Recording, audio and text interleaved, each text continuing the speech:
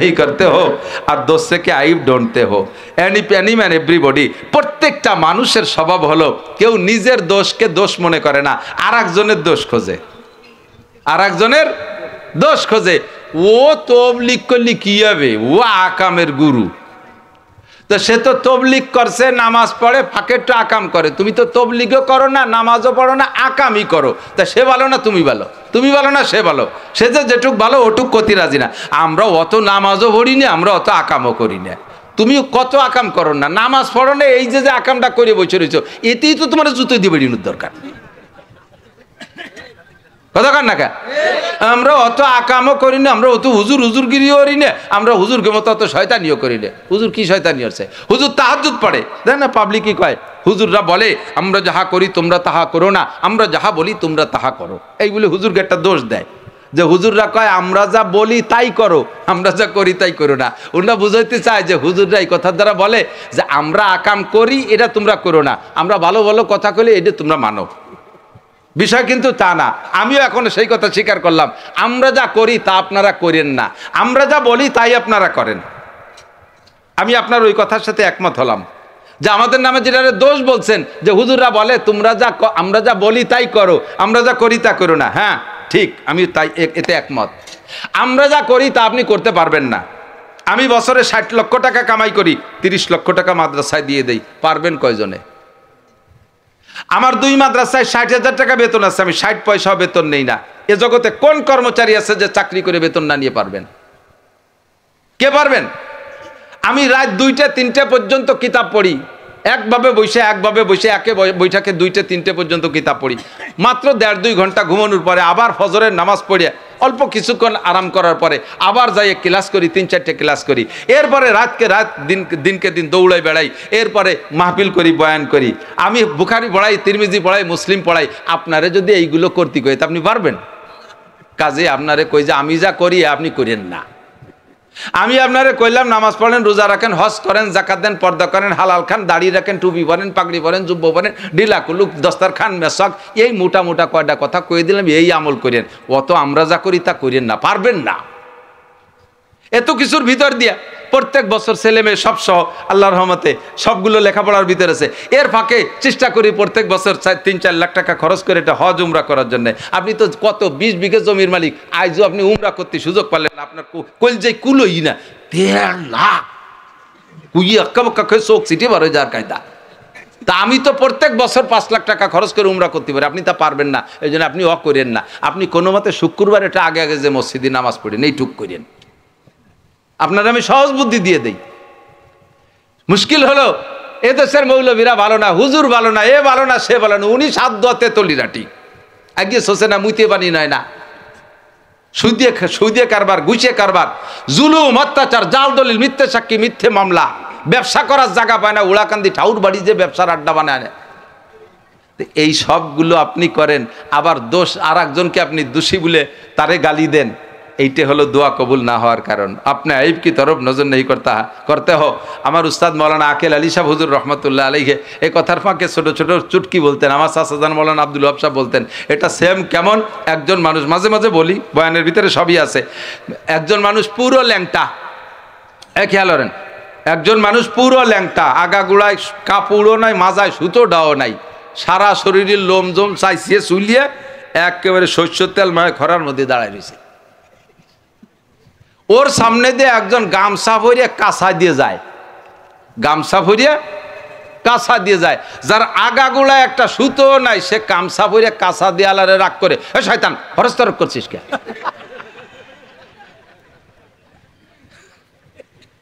কোন দিনে কি করছি, তুই কি তরক করছিস? ওর আগুলা কেড়ে কোনো জায়গাটা সুতো নাই,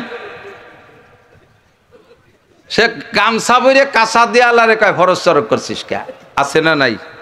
কতক্ষণ আছে না? এই স্বভাবের মানুষ আছে না? শেখ সাদি রহমতুল্লাহ আলাইহি বলেন, হামা কাসরা আকলে খুদ বা কামাল নুমায়াত ও ফারজান্দে খুদ বা জামাল। প্রত্যেকটা মানুষের স্বভাব হলো নিজের জ্ঞানকে পরিপূর্ণ মনে হয়, নিজের স্বভাবকে ভালো মনে হয়, নিজের কালচারকে ভালো মনে হয়, আর একজনের ভালো লাগে না। প্রত্যেকটা মানুষের স্বভাব আর নিজের সন্তানকে বেশি ভালো দেখায়, আর একজনের দ্বারে ভালো দেখা যায় না। নিজের জ্ঞানকে পরিপূর্ণ মনে হয়, নিজের আমল আখলাককে ভালো মনে হয়, আর একজনেরটাকে সমালোচনা করে। এই দোষ যতক্ষণ থাকবে, এখানে এটা পাঁচ নম্বর তেতল। এটা দোয়া কবুল না হওয়ার জন্য হোমিওপ্যাথের কয় নম্বর তেতল? 5 নম্বর তেতল। এনে পাওয়া বড় কঠিন। তো আপনাদের মোহতামিম সাহেব অনেক চেষ্টা করে যে সময়টুক পাইছে তা হলো আজ, আর আমি তার চাচা শ্বশুর। তো ওই সুবাদে আমাকে বলছে যে কাকা আপনিও একটু আইসেন, পাইছি যখন। তো আজকে উনার দেওয়া টাইম, পরবর্তীতে আর সময় নেই তাদের। আল্লাহ পাক রব্বুল আলামিন তার জবান থেকে মাগরিব থেকে ঈশা পর্যন্ত যা শোনার সুযোগ করে দিয়েছেন, তারপর আমাদের আমল করার তৌফিক দান করুন। সবাই বলি আমিন। সুখেও আলহামদুলিল্লাহ, দুঃখেও আলহামদুলিল্লাহ। এটাই হলো ইমানের লক্ষণ। হুজুর ইমানের আলোচনা করছেন এখানে। ইমানের অনেক প্রমাণ আছে কোরআন শরীফের ভিতরে, প্রচুর প্রমাণ। এগুলো ইমানদার, ওই হলে ইমানদার। এটাও ইমানের আলামত যে সর্বহালাতে আল্লাহর সিদ্ধান্তের উপরে সন্তুষ্ট থাকা। তো এই বৃষ্টির উপরে আমরা সন্তুষ্ট থেকে বলি আলহামদুলিল্লাহ। ঝড় ছাড়ছে কঠিনভাবে, এক বুজুর্গের কিস্সা আসছে, কঠিনভাবে ঝড় ছাড়ছে, দক্ষিণে ঝড়। তো দক্ষিণে ঝড় ছাড়ছে এত বেগে যে পিসাবের বাড়ি দালান কোঠা না, সাধারণ একখান ঘর, টিনির ঘর বা খড়ের ঘর, বাঁশের খুঁটি। দক্ষিণে ঝড়ে পড়ে ভাব। তো দোয়া দুরুদ যা ছিল সব পড়িয়ে ফেলাইছে, কিন্তু জ্বর থামে না, ঘর পড়ে অবস্থা। এর মধ্যে পিসাবের বউ বলতেছে, তুমি এখন দোয়া দুরুদ যা ফরছো ওটুক আমার দায়িত্ব দিয়ে তুমি বাইরে যে দিন 22 দিয়ে পেলা বাঁধাও। পেলা না বাঁধালি এখন আর দোয়াই ঠেকতেছে না। তো পিসাব বাইরে বেরোইয়া ঘরে পেলা বাঁধাবে। কোন দিক বাঁধাবে? দক্ষিণে ঝড়, উত্তর পাশে বাঁধাবে না। তো পিসাব যাইয়া ওই ঝড় যেদিকের পেলাও সেই দিকের বাঁধাইছে। তো বুড়ি কয়, হাসে আর কয় কি তুমি পীর হয়ে কি আরই বলো দিয়ে গেছে নাকি? ঝড়ও যেদিকের পেলাও সেদিকের, উল্টো দিক বাঁধাবা না। তো পিসাব বলতেছে, আরে বলদ, আল্লাহ যদি সিদ্ধান্ত নেয় যে আমার ঘর ফেলাবেই, তাহলে আমি লোহার খুঁটি দিয়ে পেলা বাঁধালিকে ঠেয়াতে পারবো? তা আল্লাহ আমার ঘর ফেলানোর সিদ্ধান্ত নিয়েছে দক্ষিণে ঝড় দিয়ে, আমি উত্তর পাশে পেলা বাঁধালি, আল্লাহর সাথে বিরোধিতা করা হবে না? তা আল্লাহর সাথে বিরোধিতা করে কেউ কোনোদিন টিকতে পারছে? কাজে আমি বিরোধিতা বাদ দিয়ে আল্লাহও যা চাই আমিও সেই দিক দিয়ে পেলা বাঁধাইছি। তো পেলা বাঁধানোর সাথে সাথে এই ইয়াকিন আল্লাহর উপরে রাখার সাথে সাথে আল্লাহ তাআলা ঝড় বন্ধ করে দিয়েছে। বলে আপনাদের রামদের বাজার কোন দিকে? এদিক নাকি? বেশ আগে আমি তখন তারাইল ফুকরো পড়ি। ফুকরো ছিল মকু মজুমদার। একেবারে আপনাদেরও মনে থাকতে পারে কের ঘটনাটা বাস্তব। বিকেলবেলা আমি আর মকু মজুমদার দুইজনে রামদের হাটে আসছি, ওখান থেকে মাদ্রাসার দিক যাচ্ছি। সে সময় তো এই পাকা রাস্তা একটাও হয় নেই। ওই পাশে কোন দিক দিয়ে যেন বিলির মধ্যে দিয়ে যাই ফুকরো মাদ্রাসা বরাবর উঠতাম। তো মাঝখানে গেলে একটা শীষ, মেঘের একটা শীষ এভাবে নামলো। নামিয়ে ওখানে কয়েকটা বাড়ি ছিল একেবারে পাকাইয়া উড়াই নিয়ে গেছিল, মনে আছে নাকি? কয়েকটা বাড়ি ছিল পাকাইয়া উড়াই নিয়ে গেছে। আমরা দুইজন দৌড়াইয়া উঠলাম এক হিন্দু বাড়ি। তো হিন্দু বাড়ি ঢুকিয়া আমরা তো দোয়া দুরুদ যা জানি পড়তেছি, কিন্তু ওই হিন্দুরা ওরা যা যা জানে ওদের দোয়া কালাম তাই পড়তেছে, কিন্তু কোনো কাজ হয় না। এ বাড়ি ভাঙ্গে ও বাড়ি ভাঙ্গে। এখন মেঘ মাঝে মাঝে এদিক রোগ দেয়, ঝড় এদিক আসে। হিন্দু মহিলা বলতেছে, বাবা তোমরা যাও আরো, তাই একটু আরো দিক। কি হরি কয় যে মসজিদের দ্বারে দাঁড়ায় যে কানে দিয়ে কি কয়, তাই একটু কও দিক। তাই বলে ওয়া কতি হলি এই ঘরের চেয়ে যা যা আছে ওই মূর্তি টুর্তি সব ফেলাতে হবে না, আনে ওগুলোর ভিতরে আজানে কাজ হবে না। এখন বাসার তাগিদে সামনে এ পাশের বাড়ি ও পাশের বাড়ি উড়াইয়া প্রায় 30-40 হাত উপরে উড়াই নিয়ে গেছে টিনের ঘর। মনে আছে না মুরব্বীরা? 40 বছর হবে আগে। তো সেই সময় জ্বর সব ঘর উড়ে নিয়ে যাচ্ছে, ওনাদের দিকে আসতে যায়। সে সময় যা বলবো তাই মানতে রাজি। তো বললাম যে এইগুলো ফেলাও। মহিলা ঘরের ভিতরে যা ছিল মূর্তি ঠ্যাং ধরে ধরে উঠোনে চালিয়ে ফেলে দিছে। ঘর যখন খালি হয়ে গেছে আমি দিলাম আজান দিলে আলহামদুলিল্লাহ 2-3 শব্দ বলতে বলতে জ্বর থেমে গেল। 2-3 শব্দ বলতে বলতে আল্লাহু আকবার, আশহাদু আল্লা ইলাহা ইল্লাল্লাহ, আশহাদু আন্না মুহাম্মাদার রাসূলুল্লাহ বলতে বলতেই জ্বর থামে গেছে। তো উনি কয়, বাবা আসলেই তোমাকে এটাই সত্যি, কিন্তু উপায় যে উঠিনে প্রতিবেশীকে জ্বালায়। ইসলাম সত্য না মিথ্যা? আল্লাহ সত্য না মিথ্যা? আল্লাহর বিপক্ষে যে কোনো লাভ নেই। কাজেই সর্বহালাতে শুকর আদায় করবো। ইমানের পরিচয় হলো সুখের সময় আলহামদুলিল্লাহ, দুঃখের সময়ও আলহামদুলিল্লাহ, কষ্ট আলহামদুলিল্লাহ, দুঃখে আলহামদুলিল্লাহ, সুখেও আলহামদুলিল্লাহ। আজকের অবস্থার পর আমরা সন্তুষ্ট, সকলে পড়ি আলহামদুলিল্লাহ। মুখতাসার কথা হলো আমাদের সময় কম, এই সময়ের ভিতরে যা আলোচনা হয়েছে এখন হুজুর দোয়া করবে, এদিক খেয়াল করি, খুব খেয়াল করি। জিন্দেগি ভরে দোয়া করতেছি, সারা বিশ্ব জুড়ে দোয়া হচ্ছে, ব্যক্তিগত দোয়া, পার্সোনাল দোয়া, সামাজিক দোয়া, পারিবারিক দোয়া আর অর্থনৈতিক দোয়া। যার যে সমস্যা আছে সে সমস্যাগুলো নিয়ে আল্লাহর কাছে দোয়া করি কি করি না? আর সম্মিলিত পাক রব্বুল আলামিন বলেছেন, ওয়া ইযা সালাকা ইবাদি আন্নি, আপনার কাছে যখন আমার বান্দারা আমার সম্পর্কে জিজ্ঞাসা করে, কারণ এরকম জিজ্ঞাসা করাটা স্বাভাবিক, যে আমরা বাংলাদেশ থেকে দোয়া করি, আমরা অনেক নিচে মাটিতে বসে দোয়া করি, আল্লাহ আরশে আজিমে থাকে, তো আল্লাহ অনেক দূরে, বিদায় কি আল্লাহ শোনে না? আমরা মাইকে জোরে বললে শুনবে, আসতে বললে কি আল্লাহ শুনবে না? আল্লাহ কি এরকম? সাহাবাই কেরামের ভিতরে এরকম অবস্থা মাঝে মাঝে হইতো, যেদিকে যায় সাহাবাই কেরাম মাইর খায়, সাহাবাই কেরাম অভাবী, কাফের মুশরিকরা ধনী, তারাই বিজয় লাভ করে, তারাই সম্পদশালী, তাদের দলে লোক ভারী হয়ে যাচ্ছে, মুসলমান অতটা বাড়ে না। তো এই মাইর খাইতে খাইতে অসহ্য হইয়া সাহাবাই কেরাম বললেন, মাতা নাসরুল্লাহ, হে আল্লাহর নবী, আমাদের উপরে সাহায্য কবে আসবে? আপনি তো বলতেছেন যে আল্লাহ সাহায্য করবে, মাতা নাসরুল্লাহ, এই সাহায্য কবে আসবে? তো নবী পাক কোরআন শরীফের আয়াত পড়ে বললেন, আলা ইন্না নাসরুল্লাহি করিব, একটু অপেক্ষা করো, আল্লাহর সাহায্য অতি নিকটে, আল্লাহর সাহায্য অতি নিকটে।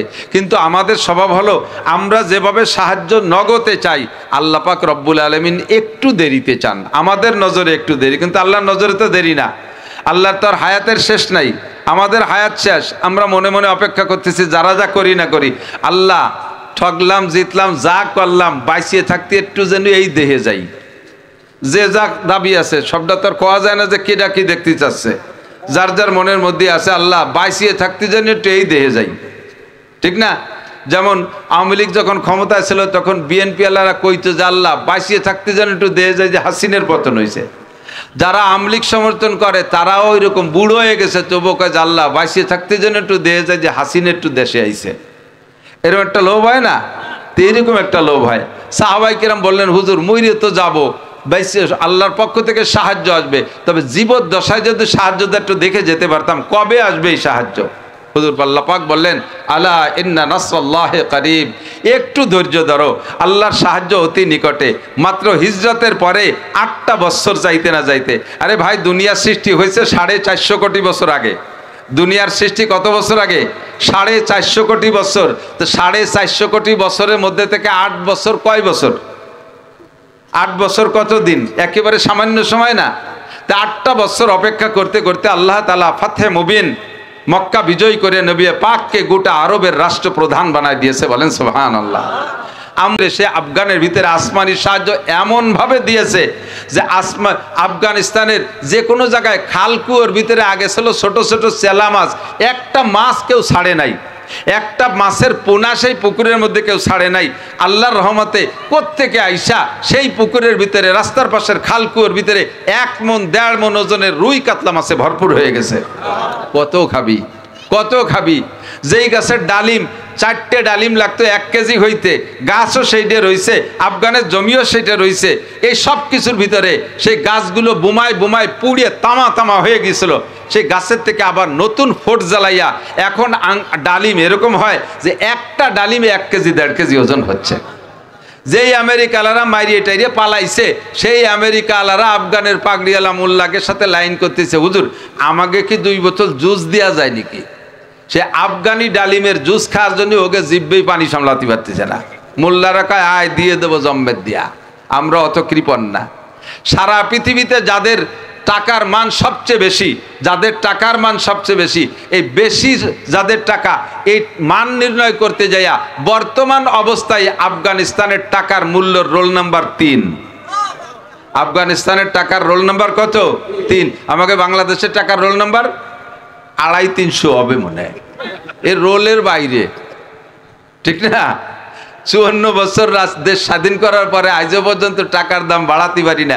13 সালে হজে গেছি, 20 টাকা দিয়ে একটা রিয়াল কিনছি সৌদি আরব যাইয়া, আর এই বছর হজে গেলাম 33 টাকা দিয়ে রিয়াল কিনলাম। টাকার দাম বাড়তি তালে আছে খালি আমাকে। আল্লাহু আকবার। এটা বাড়ছে না কমছে? কমেই গেছে।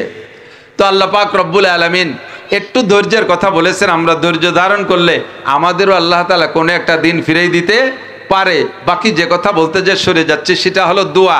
তাদের জন্য দোয়া করতেছি, দোয়া কবুল হচ্ছে না তা না, আল্লাহর পক্ষ থেকে জান্নাতের ভিতরে বিশাল একটা জায়গা আছে। হ্যাঁ যুবকরা আমার দিকে খেয়াল, একটা জায়গা আছে যেই জায়গাটা খাস হলো একমাত্র শহীদদের জন্য। কাদের জন্য?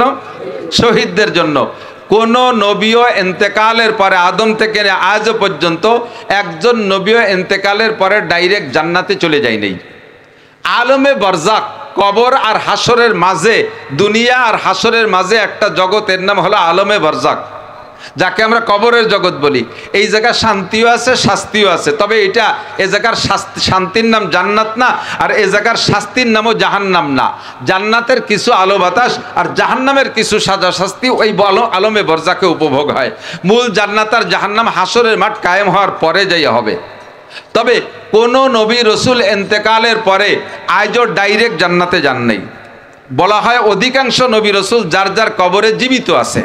বিশেষ করে আমাদের নবী, হায়াতুন নবী হুজুর আমাদের নবী কবরে জীবিত আছে। আপনারা মদিনায় যাবেন, যে রসুলের রওজায় দিয়ে সালাম দেবেন, আসসালাতু ওয়াসসালামু আলাইকা ইয়া রাসূলুল্লাহ, আসসালাতু ওয়াসসালামু আলাইকা ইয়া হাবিবাল্লাহ।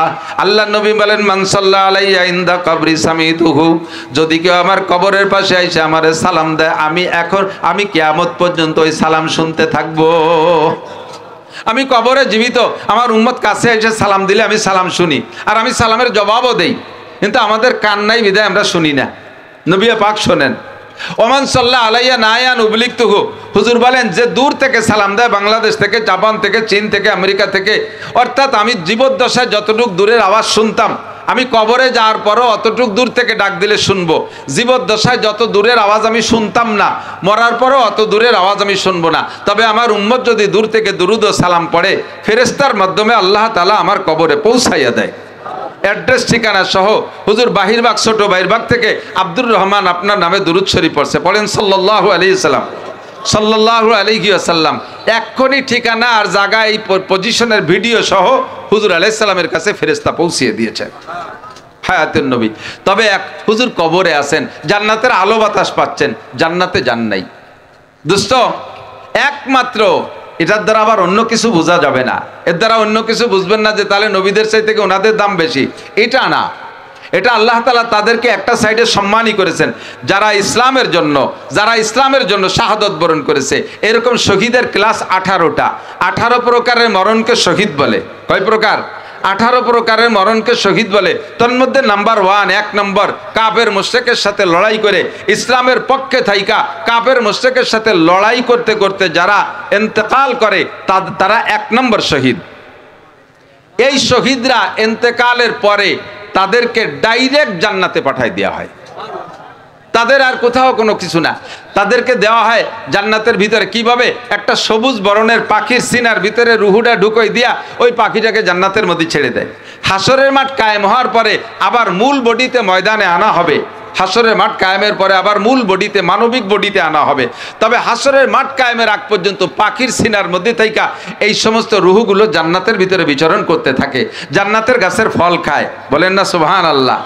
তো এই মর্যাদাটা দেওয়ার জন্য আল্লাহ তাআলা জান্নাতের মধ্যে শুহাদাদের একটা বিশাল ময়দান রেখেছেন, বিশাল একটা সেক্টর রাখছে। ওই সেক্টরটাকে ভরপুর করবে শহীদদের দিয়ে। এই জন্য আল্লাহ তাআলা জায়গায় জায়গায় কাফের মুশরিকের সাথে লড়াইয়ের মাধ্যমে কিছু মানুষকে শহীদ করে ওই জান্নাতের ওই জায়গাটা ভরপুর করার জন্য। এই অনেক লম্বা কথা, সবটুক বলে পারা যাবে না। হুজুর আসবেন, দোয়া করবেন, আবার বৃষ্টি এসে গেলি এটুকু বলতে পারবো না। দোয়া কবুল হওয়ার জন্য শর্ত আছে, দোয়া কবুল হওয়ার জন্য শর্ত আছে। আমরা যে তাদের জন্য তাদেরকে তো মেরে মেরে শহীদ করে আল্লাহ জান্নাতে পাঠাচ্ছে, আমরা তাদের পক্ষে দোয়া করছি, আমাদের দোয়া কবুল হয় না কেন? তো ইব্রাহিম ইবনে আদহাম রহমাতুল্লাহ আলাইহি, ইব্রাহিম ইবনে আদহাম বলখি বলা হয়, বলকের রাজা ছিলেন, বহুত বড় বুজুর্গ।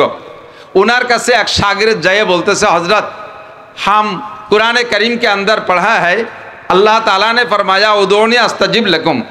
আমরা কোরআনের মধ্যে পড়েছি আল্লাহ নিজেই বলেছেন তোমরা দোয়া করো, দোয়া কবুল করব। একেবারে জিস জায়গায় চলে আসছি, কথাগুলো মনে রাখার জন্য অনুরোধ, খেয়াল থাকবে তো ইনশাআল্লাহ। তো আমরা কোরআনে পড়লাম যে আল্লাহ বললেন দোয়া করো, দোয়া কবুল করব। আর আল্লাহ পাকের স্বভাব হলো ইন্নাল্লাহা লা ইউখলিফুল মিয়াদ, আল্লাহ তাআলা ওয়াদা খিলাফ করে না, আল্লাহ তাআলা ওয়াদা খিলাফ করে না।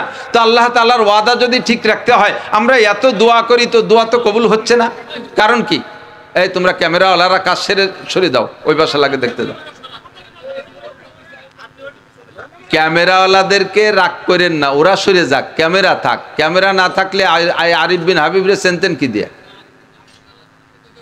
ইউটিউবের মাধ্যমেই তো বক্তাকে চেনাচিনি, ওরা এগুলো থাক মেশিন। তোমরা সরে জায়গা দাও, এই ছোটরা তোরা সর, একদিক যা, একদিক সরে পড়, দাঁড়ায় থাইস কেন?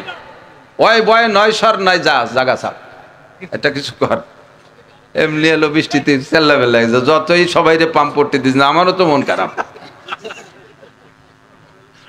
আল্লাহু আকবার। তো ইব্রাহিম ইবনে আদমকে বলতেছে আমরা দোয়া করি, দোয়া কবুল হয় না কেন? তো ইব্রাহিম ইবনে আদম বলতেছেন দোয়া কবুল না হওয়ার কারণ 5টা। কয়টা? এই 5টা কথা শেষ, এরপরে হুজুরে নিয়ে আসবেন, দোয়া করে দেবে হুজুর। আমরা ওই 5টা দোষ থেকে মুক্ত হতে পারলে দোয়া কবুল হবে। এই 5টা কারণে দোয়া কবুল হয় না। কয় কারণ? 5 কারণ। যেমন উদাহরণে বলি, মাঝে মাঝে হোমিওপ্যাথ একটা চিকিৎসা আছেন আমাদের দেশে। হোমিওপ্যাথ চিকিৎসার যদি ডাক্তার ভালো অভিজ্ঞ হয়, যদি ওনার ডায়াগনোসিসের রোগটাকে সঠিকভাবে নির্ণয় করতে পারে, আর রোগ হিসেবে যদি ঔষধ দেয়, আর ঔষধ যদি আমেরিকার বিটি কোম্পানির হয় অথবা জার্মানি হয়, এই 2 প্রকার বিদেশি ওষুধ হোমিওপ্যাথের ভিতরে খুব মানসম্মত ওষুধ। তো জার্মানি ওষুধ অথবা আমেরিকার বিটি কোম্পানি ঔষধ যদি হয় আর রোগ যদি সঠিকভাবে ধরতে পারে, তাহলে হোমিওপ্যাথে কিন্তু ভালো চিকিৎসা হয়। ওর একটা লাভ আছে, হোমিওপ্যাথ চিকিৎসার লাভ হলো উপকার হয়, যদি নাও হয় তাহলে কমপক্ষে সাইড এফেক্ট নাই, পার্শ্ব প্রতিক্রিয়া নাই, মারাত্মক ধরনের ক্ষতি করে না। আর অ্যালোপ্যাথ ঔষধে নগদে উপকার করে এক রোগে, কিন্তু আর 5টা রোগ পয়দা করে, আর 5টায় ক্ষতি করে। হোমিওপ্যাথের ভিতরে এই দোষটা নাই। তো দুর্বলতা একটা আছে, হোমিওপ্যাথ ঔষধ যখন ডাক্তারে দেয় তখন ডাক্তারে অনেক ফর্মুলা বলে দেয় কি কি খাবেন না। 1 নম্বরে এর কুপথ্যগুলো আপনি ব্যবহার করবেন না। এর যে দুর্বলতা আছে, ওই দুর্বলতার কারণে আপনি যদি এই ব্যবহার করেন তাহলে ওর কাজ থাকবে না, শেষ হয়ে যাবে। যত বড় জার্মানি হোক আর বিটি কোম্পানি, আমেরিকার কোম্পানি হোক, ডোনাল্ড ট্রাম্প কোম্পানি হলিও, ওতে কাজ করবে না। 1 নম্বরে কয় কি, ইলিশ মাছ খাবেন না। হোমিও ওষুধ খেয়ে কি খাবেন না? ইলিশ মাছ খাবেন না, চিংড়ি মাছ খাবেন না, গরুর গোশ খাবেন না, হাঁসের গোশ খাবেন না, হাঁসের ডিম খাবেন না, কয় কি কয় না, কচু খাবেন না, মাটির তলের কোনো তরকারি খাবেন না, মাটির উপরের কিছু খাবেন না, মানে সব ব্রেক করে দিয়েছে। এগুলো খাইলে ও দুর্বল, ওর কাজ হয় না। সেম কোয়ালিটি, দোয়া করবেন আল্লাহ কবুল করবে, আল্লাহ 24 ঘন্টা রেডি। এবং মাইকি বলা লাগবে না, উদউ রাব্বাকুম তাদাররুআ খুফিয়া, ডাকো তোমার রবকে কেঁদে কেঁদে গোপনে নির্জনে বিড়বিড় করে বলবেন, সম্মিলিতভাবে মাইকি চিল্লেই বলা লাগবে না। আল্লাহকে যেভাবে বলেন সেভাবে আল্লাহ শোনে। শোনে কি শোনে না? কারণ আল্লাহ অনেক দূরে না, আকরাবু মিন হাবলিল বারিদ, আমার আপনার শাহরগের চাইতে আল্লাহ তাআলা নিকটে। কিন্তু এই দোয়া কবুল হওয়ার প্রতিবন্ধক যেই 5টা জিনিস, ওই 5খান হলো তেঁতুল। যেমন হোমিওপ্যাথ ওষুধ খেয়ে কয় তেঁতুল খাবেন না, টক খাবেন না, তেঁতুল খেলে সর্বনাশ। ইব্রাহিম ইবনে আদম বলেন দোয়া কবুল না হওয়ার জন্য তোমাদের দোয়ার আগে পরে 5খান তেঁতুল আছে। 1 নম্বর তেঁতুল হলো খেয়াল, 1 নম্বর তেঁতুল হলো যে तुम अल्लाह को मानते हो लेकिन उसका हक अदा नहीं करते हो। খেয়াল করছেন কি বলছি? উর্দু ভালো করে সকলে বোঝেন নাই। আল্লাহ কো মানতে হো লেকিন উসকা হক আদা নেহি করতে হো। তোমরা মুসলমানরা বিশ্বাস করো সৃষ্টিকর্তা কে, একটু বলেন না কে? কৃপণতা করেন না, এই জায়গা যা করবেন তাতেই নেকি আছে, তাই বলে বিড়ি খালিও নেকি না, ভালো কাজ অল্প করলি একবার বলেন আল্লাহ, 4000 নেকি পেয়ে গেছেন।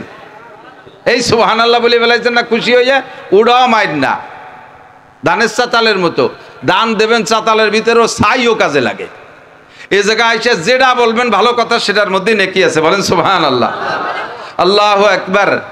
তো দোয়া কবুল হওয়ার জন্য এক নম্বর সৃষ্টিকর্তা কে, পালনকর্তা কে, বৃষ্টিদাতা কে, ক্ষমতা দেনেওয়ালা কে, কুলিল্লাহুম্মা মালিকাল মুলক, জগতের মালিক কে, তুতিল মুলকা মানতাসা, যখন খুশি কেউকে আল্লাহ তাআলা তার কিছুক্ষণের ক্ষমতা বাড় দেয়। এ দায়িত্ব কার? কার? আবার কিছুদিন পর অপছন্দ হলে হাত থেকে কেড়ে নিয়ে যায়। হাজারো শক্তি পিছনে থাকলে ঠেকানোর ক্ষমতা থাকে, এই হাত থেকে কেড়ে নেয় কে? একিন আছে একটু বলেন, মন থেকে বলেন আছে? চোখের সামনে আল্লাহ প্রমাণ করে দেশে কি দেয় নাই? গোপালগঞ্জে বসে কথাগুলো আমার বলা সম্ভব, অন্য বক্তারা এসে বললে পরে আপনারা খেপে যাবেন। আর আমারও অন্য জায়গায় বলা বিপদ, নিজেদের কথা নিজেদের বলা যায়। আমাদের একটা স্বভাব ছিল, আমরা রাজনৈতিক দলেরই স্বভাব, ক্ষমতার উৎস জনগণ। এ কথা রাজনৈতিকদের আছে না নাই? কথা বলেন। প্রত্যেক রাজনৈতিক দল, আওয়ামী লীগ, বিএনপি, জাতীয় পার্টি, জেনারেল রাজনীতিবিদ যারা আছে তাদের আকীদা হলো ক্ষমতার উৎস জনগণ। আল্লাহ তাআলা কয় ক্ষমতার উৎস জনগণ না, ক্ষমতার উৎস একমাত্র কে? তোমার বিশ্বাস হয় না? তোমরা এই ক্ষমতার উৎস জনগণ, তাই জনসংযোগ করার চেষ্টা করো, তাই তোমরা ইত্যাদি ইত্যাদি করতেছো। তোমাদের সব জনসমর্থন, সব জনগণ থাকবে, তার ফাঁকেও তোমাদের পরাজয় ঠেকানোর কেউ থাকবে না। আমি আল্লাহ তাআলা চোখে আঙ্গুল দিয়ে প্রমাণ করে দেব। নির্বাচিত সরকার যেভাবেই হোক, আমাদের আওয়ামী লীগ সরকার নির্বাচিত, একটা বছর চলে গেছে, তারা সংসদে যায়, অধিবেশন করে, তাহলে রাষ্ট্রীয় ক্ষমতা মাননীয় প্রধানমন্ত্রী তৎকালীন শেখ হাসিনার কাছে, এবং সেনাবাহিনী তার হুকুমে চলে, র্যাব তার হুকুমে চলে, পুলিশ 2.5 লক্ষ পুলিশ তার হুকুমে চলে, 1.25 লক্ষ বিডিআর তার হুকুমে চলে, 50,000 আনসার তার হুকুমে চলে, আর যুবলীগ তার হুকুমে চলে, ছাত্রলীগ তার হুকুমে চলে, কৃষক লীগ তার দলে ছিল, তাঁতি লীগ তার দলে ছিল, মহিলা লীগ তার দলে ছিল, পুরুষ লীগ তার দলে ছিল। সব লীগের সমস্ত জনগণ থাকতে মাননীয় প্রধানমন্ত্রীকে আমাদের থেকে আল্লাহ তাআলা আরেক জায়গায় সরাই নিয়ে গেছে। কোনো এত লক্ষ কোটি জনতা থাকতেও তার আগে আমরা রক্ষা করতে পারি নাই। এটাই হলো প্রমাণ যে জনগণ ক্ষমতার উৎস না, ক্ষমতার উৎসকে ফাতাবিরু ইয়া উলিল আবসার। এখন এখান থেকে শিক্ষা গ্রহণ করো। ফাঁকে আরেকটা ওয়াজ আমি এর ফাঁকে বলবো। এত বড় ক্ষমতা এক দলের কাছে থাকা সত্ত্বে তারা টিকতে পারে নাই, তারপরে যারা অনির্বাচিতভাবে এখনো নির্বাচিত হও নাই, তোমরা নির্বাচনের আগেই তোমরাও যা করতেছো দেখতেছি চোখের সামনে, তোমরা তাদের সামনে অতি নগণ্য। এত বড় দলকে আল্লাহ তাআলা টিকতে দেয় নাই। তোমাদের মতো খুদে মাসি দলও যদি সীমা লঙ্ঘন করো, আল্লাহ তাআলা তার চাইতে বেশি অপমান করে দেশ থেকে তাড়াই দিতে পারে। ঠিক কি ঠিক না? এক দল থেকে আরেক দল শিক্ষা গ্রহণ করো। ফাতাবিরু ইয়া উলিল আবসার। বুদ্ধি থাকলে সেখান থেকে শিক্ষা নিয়ে রাখো, কিন্তু বুঝতে রাজি না। খালি শুধু 16 বছর খাই নেই, পেটে জন্মের ক্ষুধা, সেই শেষ রাত্রি খাইছি, 17 ঘন্টা রোজা, ইফতার পাইছি, এনকে আর আজান দেওয়ার সময় আছে নাকি? হ্যাঁ, ঘড়ির কাটা জায়গা মতো চলে গেছে, আজান দেয়নি, দে টাইনি দে, যাওয়াই হবে না। এই 16 বছরে খিদে মিটানোর জন্য সীমা লঙ্ঘন করলে আল্লাহ পাক রব্বুল আলামিন কয় ফামা খিলিল কাফিরিনা আমি খিলকুম রুয়াইদা। আমি কিন্তু একটু ছাড় দিয়ে দিয়ে দেখি, আমি একটু ছাড় দিয়ে দিয়ে দেখি তুমি কত উপরে উঠতে পারো। নমরুদরে ছাড় দিয়ে দেখছি, ও আমারে মারার জন্য বিমান বানায় আকাশে আইছে। কত বড় আবাল চিন্তা করতে পারেন? আন্তর্জাতিক খ্যাতি সম্পন্ন দামলানা। আল্লাহ কোথায়? আর নমরুদ কি সাদ্দুর উড়ে যাইতে পারবে? ওই জায়গা যায় ম্যাগ দেখে আর ম্যাগরে তীর মারে, মনে হয় যে এই যে ইব্রাহিমের খুদা, তীরটা আবার কায়দা মতো তীর জায়গা মতো ফিরে আসে, দেয় যে তাতে রক্ত মাখায় না।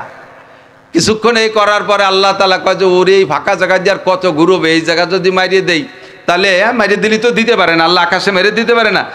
এই জায়গায় রেখে যদি মারি তাহলে ওর দাম বেড়ে যাবে, তাহলে প্রমাণ হবে যে সত্যি আমি ওর সাথে যুদ্ধ করছি। আর যুদ্ধের মধ্যে হার জিতটা স্বাভাবিক, হয়তো নমরুদ ঠকে গেছে, তবে আল্লাহর সাথে যুদ্ধ করিয়েছে, ওর দাম বেড়ে যাবে, কাজে এ জায়গা ওরে মারা যাবে না। ওই জায়গা না মাইরা দুনিয়ায় পাঠায় দিছে। দুনিয়ায় পাঠানোর পরে মারছে কি দিয়ে? তাও ভালো একটা মশা না, একটা পঙ্গু মশা, একটা পঙ্গু, একটা ডেঙ্গু, একটা খোলা মশায় দিয়ে তারে আল্লাহ তাআলা সাইজ করে দিয়েছে। ঠিক কি ঠিক না? দীর্ঘকাল পর্যন্ত খুদাই দাবি করা পর্যন্ত সুযোগ দিয়েছে, আল্লাহ কিছু বলে নাই। ফামাহিলিল কাফিরিন, সুযোগ দাও কাফিরিনদেরকে। আমহিলহুম রুয়াইদা, আমি সুযোগ দিচ্ছি, ধরবো একটু পরে। যখন ধরছে ইন্না বাচ্চা রব্বিকা শাদীদ, তোমার রবের ধরা বড় কঠিন। আল্লাহ যখন ধরছে ছুটতে পারছে। ফাতাবিরু ইয়া উলিল আবসার, ও আমার দেশের বাংলাদেশের রাজা বাচ্চারা, যারা বহুত বড় মস্তানি গাদ্দারি করতেছ আর করেছো, সকলে শিক্ষা নিয়ে রাখো, সকলে শিক্ষা নিয়ে রাখো। আল্লাহ পাক রব্বুল আলামিন কিন্তু আছে। আল্লাহর শক্তি নমরুদের সময় যেমন ছিল, আর 7-8 হাজার বছর আগে নমরুদ চলে গেছে, এই 7-8 হাজার বছর পরে এসে আল্লাহ তো বার্ধক্যজনিত কারণে একটু দুর্বল। আরে আল্লাহর প্যারালাইসিস, ডায়াবেটিস হয়েছে, চোখে কম দেখে, হাড়ে শক্তি কম, যেমন খোদা তেমনই আছে না নাই? সেই কালে এত বড় বড় মস্তানকে ধুলাই দিয়েছে, তোমার আমার মারতে আল্লাহর মশাও লাগে না, ঠিক কিনা? ফেরাউনকে সুযোগ দিয়েছে 300 বছরের মধ্যে ওর একদিন পাতলা পায়খানা ওই নেই। মাঝে মাঝে তো একটু পেট খারাপ তো সবারই হয়। তো শয়তানের 300 বছরের ভিতরে ওর বাইতিও গন্ধই নেই, পেট খারাপ তো দূরের কথা, ওর পা দেও গন্ধই নেই।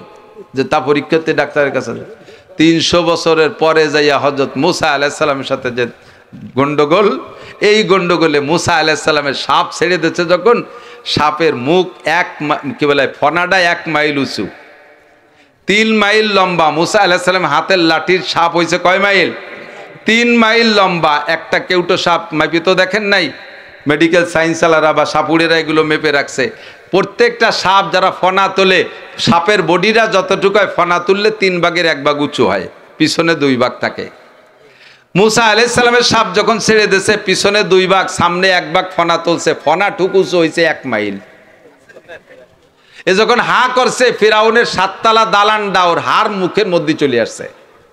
এতক্ষণ বসে বসে খেলা দেখছে, ওই সাপে আগে তার জাদু করে সব সাপ খাইয়ে সাপ, এরপরে ফিরাউনের দিকে ধাওয়া মারছে। ফিরাউন 7 তলার মাথার পর বসে বসে খেলা দেখতেছিল। যখন ওদিকে ধাওয়া মারছে, ও দেখছে যে আল্লাহ, সে সাপের আজ অত বড়, এ পুরো বিল্ডিং ধরে খেয়ে বেলায় দিতে পারে। তাড়াতাড়ি লাভ দিয়েছে, হুশ নাই, পিছনে লাফাই পড়িয়ে ভয়তে পায়খানা করে দিয়েছে। আর একে দিনে 450 বার আসছে, 450 বার পায়খানা, পাতলা পায়খানা। দেন না কিছু সেডিয়নি গরু দেখছেন না, যে সেডিয়নির এমন সেড হয়েছে যে ন্যাজ নাড়া দিলেই পড়ে। তো ফিরাউনের অবশেষে লেজ নাড়া দিলেই পড়ে। 40 বার প্রথম দিন আসছে 450 বার, এরপরে 40 দিন ওইরকম খালি পড়তেই তালে রয়েছে। কোনো ডাক্তার কবিরায় কিছুতেই কাজ হয় না। লাস্টে যে ফাকালাল মাউজা ফাবারিয়া তাফসীরে জালালাইনে লিখছে, কলার কুশকলা ভিজাইয়া পানি খাইছে, তারপরে পেট টাইট হয়েছে। 300 বছরের ভিতরে আল্লাহ তাআলা তারে কোনো রোগ দেয় নাই। আর যখন ধরছে, আল্লাহ তাআলা সাইজ করে দিয়েছে, নীল দরিয়ার ভিতরে ডুবাইয়া চুবাইয়া আল্লাহ তাআলা তাকে শেষ করে দিয়েছে। ফামাহিলিল কাফিরিন আমহিলহুম রুয়াইদা। আমি একটু সুযোগ দিয়ে একটু দেখি, সৃষ্টিকর্তা কে, পালনকর্তা কে? আমার যুবকরা, আমার সোনার, আমার প্রাণপ্রিয় বন্ধুরা, তোমরা একটু ভালো হয়ে যাও। বুড়োরা তো এমনি ভালো হয়ে গেছে, বুড়োকে এখন আরতি বল নাই। হ্যাঁ বলছে, বুড়োরা কি ভালো হয়েছে না কাজী অরণ্য ভালো? বুড়ো হলেই ভালো হতে হয়, কারণ সিংহের মতো শক্তি সব হয়ে গেছে গত। কোনো মতে আজ বেঁচে আছি ভাই খ্যাকশিয়ালের মতো। বুড়ো ইয়ান খ্যাকশিয়ালে কাজু বাজুতে পড়ে গেছে। তাই যুবকরা যারা এখনো ঢাল সরকি ধরার ক্ষমতা আছে, ইট পাটকেলের ক্ষমতা আছে, ইচ্ছে করলে তুমি হাইটে যাইয়া উড়াকান্দির মেলায় অংশগ্রহণ করতে পারো, তেমনই তুমি হাইটে ইচ্ছা করলে সরমুনায় যাইতে পারো, ইচ্ছা করলে বাইসাইকেল চালায় তুমি ইস্তেমার মাঠে যাইতে পারো, ইচ্ছা করলে বাইসাইকেল চালায় তুমি চরমুনায় যাইতে পারো, ইচ্ছে করলে তুমি আরো অনেক কিছু ভালো মন্দ সবটাই করতে পারো। তোমার ইচ্ছেটাকে তুমি এদিকে নিয়ে আসো, তুমি আল্লাহ কো মানো, আল্লাহ কো মানো, বলো লা ইলাহা ইল্লাল্লাহ, লা ইলাহা ইল্লাল্লাহ। একিন হয় আল্লাহ ছাড়া কোনো মাবুদ আছে? আর কোনো মাবুদ হতে পারে? সম্ভব, কেউ উপাস্য হতে পারে না। লা ইলাহা ইল্লাল্লাহ। अल्लाह को मानते हो लेकिन उसका हक अदा नहीं करते हो।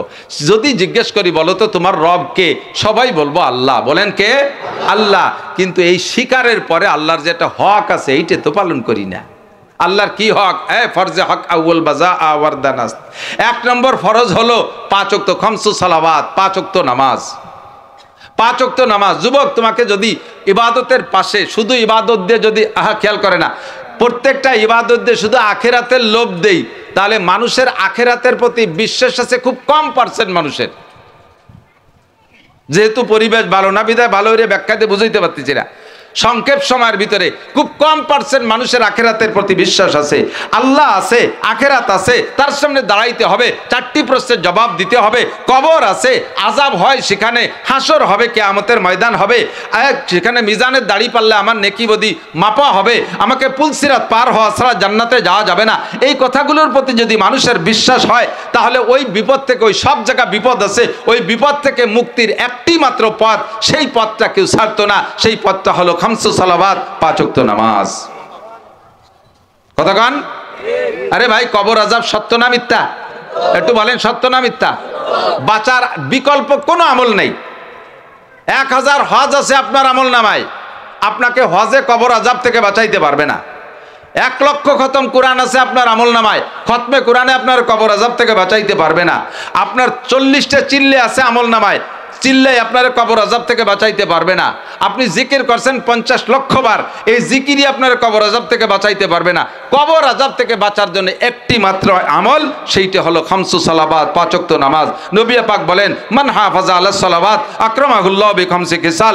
যে ব্যক্তি 5 ওয়াক্ত নামাজ পড়ে, আল্লাহ তাআলা তাকে 5টি পুরস্কার দেয়। 1 নম্বর পুরস্কার ইউরফা আনহু যিকুল আইশ, ওই লোকটাকে দুনিয়ায় রিজিকের অভাব দেয় না, 1 নম্বর পুরস্কার। 2 নম্বর পুরস্কার ওয়া আযাবুল কবর, নামাজি ব্যক্তিকে আল্লাহ তাআলা কবরে আযাব দেয় না। কন্যা সুবহানাল্লাহ। তাহলে নামাজ ছাড়া কবর আযাবের থেকে বাঁচার কোনো বিকল্প আমল নেই। অন্য আমলের দ্বারা অন্য ফজিলত পাবেন, অন্য আমলের দ্বারা অন্য ফজিলত পাবেন, কিন্তু কবর আযাব থেকে বাঁচার আমল কি? আরো জোরে বলছেন সবাই। কিয়ামতে আমাকে অভিযুক্ত করতে হবে না, আমাকে নাসির হুজুর আমরা এত মানতাম, হুজুর যদি এই কথাটা একটু টাইট করে কত, তাহলে আল্লাহ জানো না আমরা কত ভালো নামাজ না পড়ি আমরা ছাড়ি। এই হুজুর আইসে বৃষ্টি মুড়ি একটু কিরকম ঢিলে ভাবে কলো, সেই জন্যই তো ভালোই রে ভরি নেই, এ কথা কইতে পারবে না। মুখ দিয়ে স্বীকার করাই দিছি, প্রত্যেকের আমল নামায় লেখা হয়ে গেছে। ওই আমল নামা খুলে দিয়ে আল্লাহ বলবে, দেখ সূরা তোর আমল নামে আছে না নাই। তুই নিজেই কইছিস যে কবর আযাব থেকে বাঁচার একমাত্র আমলের নাম কি? আবার বলেন কি? সবাই বলেছি, ঠিক না? তাহলে যদি কবর আযাবকে বিশ্বাস করতেন, তাহলে কেউ নামাজ ছাড়তেন না। যুবক, তুমি যেহেতু স্বীকার করেছো এটা আল্লাহর হক, 5 ওয়াক্ত নামাজ, আল্লাহকে আল্লাহ বলে স্বীকার করো, কিন্তু তার হক আদায় করো না। এরকম আল্লাহর হক বহুত আছে, বলতে সময় লেগে যাবে। 2 নম্বর হলো দোয়া কবুল না হওয়ার জন্য আল্লাহ দোয়া করি কোন সময়? নামাজ নাই, কালাম নাই, দেন না শবে বরাত। আমি তো বহুকাল ইমামতিও করছি। শবে বরাতে মুহি বিড়ি রইছে, 2 কেজি জিলাপি এনে বাইরেতে আমারে স্যাঙ্গা দেয়, হুজুর ধরিয়েন, জিলাপি দিয়ে স্যাঙ্গা দেয়, ধরিয়েন। কি হচ্ছে? কয় যে আমার আব্বার নামে 2 কেজি জিলাপিটা পাঠাইছি, একটু মিলাদ পড়ে আব্বারে একটু বেচতে পাঠাই দিয়েন। তা তুই আয়, কয় না আমি হলো বিড়ি খাচ্ছি। এই দাতালের জিলাপির অপেক্ষা কি আল্লাহ করে? আল্লাহ কি এর জিলাপির ভুকা? আপনারাও কি ভুকা? আল্লাহ কি এত বলদ, বেচতে কি এত মাংনা যে তুমি বিড়ি খাবা, বাইরে থেকে নামাজ পড়বা না, 2 কেজি জিলাপির বিনিময়ে বেচা কেনা হয়ে যাবে? বিপদে যখন পড়ো, নামাজ নাই, কালাম নাই, যখন বিপদে পড়ে তখন মুনাজাত, তখন লম্বা লম্বা নামাজ, আর বিপদ যখন চলে যায় সে সময় আবার টুপি জমা দিয়ে দেয়। আছে না নাই? এটা হলো আল্লাহর সাথে তোমরা টালটু বাল্টু করো, আল্লাহর সাথে সেটারই বাটপাড়ি করো। এই জন্য বিপদে যখন পড়ো তখন তোমার দোয়া কবুল করা হয় না। 1 নম্বর তেতল মনে আছে? দোয়া কবুল হওয়ার জন্যে, কবুল না হওয়ার কারণ যে কয়টা 5খান তেতুল, তার ভিতরে 1 নম্বর তেতুল হলো তুম আল্লাহ কো মানতে হো লেকিন উসকা হক আদা নেহি করতে হো। আল্লাহকে বিশ্বাস করো, তার হকগুলো আদায় করো না। 2 নম্বর বলবো, 2 নম্বর দোয়া কবুল না হওয়ার কারণ যেটা, সেটা হলো তুম কুরআন পড়তে হো, तुम कुरान पढ़ते हो लेकिन उस पर अमल नहीं करते हो। कुरान रेगुलर सरसर पढ़ी किंतु कुरानेर पर अमल नहीं, कुरानेर पर अमल नहीं। महिला कुरान शरीफ पढ़े सकाल बेला, महिला कुरान शरीफ, बिटिरा एकटु बेशी पढ़े, बेटारा तो पढ़े ना, कारण ताके तो काज काम आछे, माछ धरती, माछ बेचती, इत्यादि इत्यादिते जाला। महिलारा बाड़ीते कुरान शरीफ पढ़े, तार भितरेও कुरानेर पर अमल नहीं, जोरे जोरे आवाज दिए कुरान पढ़े। খেয়াল করেন, মহিলারা যদি কোরআন শরীফ এমন আওয়াজে পড়ে যেই তেলাওয়াতের আওয়াজ দেওর, ভাসুর, চাচা শ্বশুর, বাড়ির অন্যান্য পরপুরুষ যাদের সাথে ওই মহিলার বিয়ে জায়েজ, যাদের থেকে পর্দা করা ফরজ, এই রকম পুরুষরা যদি মহিলার তেলাওয়াতের আওয়াজ শোনে, তাহলে ওই মহিলার আমল নামায় তিলাওয়াতের নেকি তো হবেই না, বরঞ্চ ওই সব যে সকল পুরুষে তার আওয়াজ শুনছে, তিলাওয়াতের আওয়াজ শুনছে, ওই সকল পুরুষের সাথে তার তিলাওয়াতের ফাঁকে ফাঁকে জিনার গুনাহ লেখা হয়ে গেছে। খুব কঠিন একটা কথা কই ফেলাইছি, মাঝে মাঝে দুটি একটা কই তো না দেখে কই না, কিন্তু আরিফ বিন হাবিব সাহেবের মতো এরকম কম্পিউটার মার্কা বেরেন আমার না, যার কারণে আমি কোটেশন হাওলা মনে রাখি না। আর কতগুলো মনে রাখবো, কোন দিন কি কব তা তো আমি জানি না। আজকে এই বলবো, তাও আমার আজকে খেয়াল ছিল একটু অন্য কিছু বয়ান করবো, পরিস্থিতিতে এদিক চলে আসছি। তো মাঝে মাঝে বলি, তারপরে অনেকে এইটা বললেন কেন, কোথায় পাইছেন, কিন্তু সে পাইছি কোন যা তা তো আমার মনে নাই। কিছুদিন আগে একটা বয়ান করছি, 3টা গুনাহ। এই যুবকরা কথা কও কা, এই বাড়ি জরুরি হলি মাইকি কও, সবাই শুনি, আর নাই চুপ থাকো, শোনা ভদ্রতা বজায় রাখো। পরিবেশ তো এমনি ভালো না। তারপর যারা বসছে, আমি কি একেবারে আজে বাজে কথা বলতেছি নাকি? একটু শোনেন, খেয়াল করেন।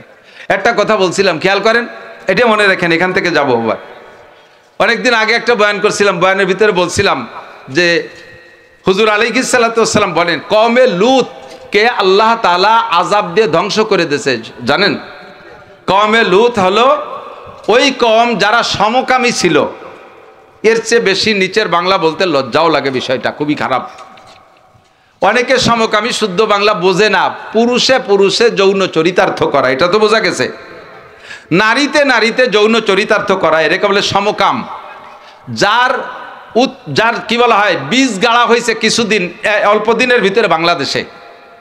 এই সমকামকে জায়েজ করার জন্য বাংলাদেশের অফিস খোলা হয়েছে। ভয় লাগতেছে কওমে লূতকে সমকামের কারণে আল্লাহ তাআলা গজব দিয়ে ডাবায় দিছে।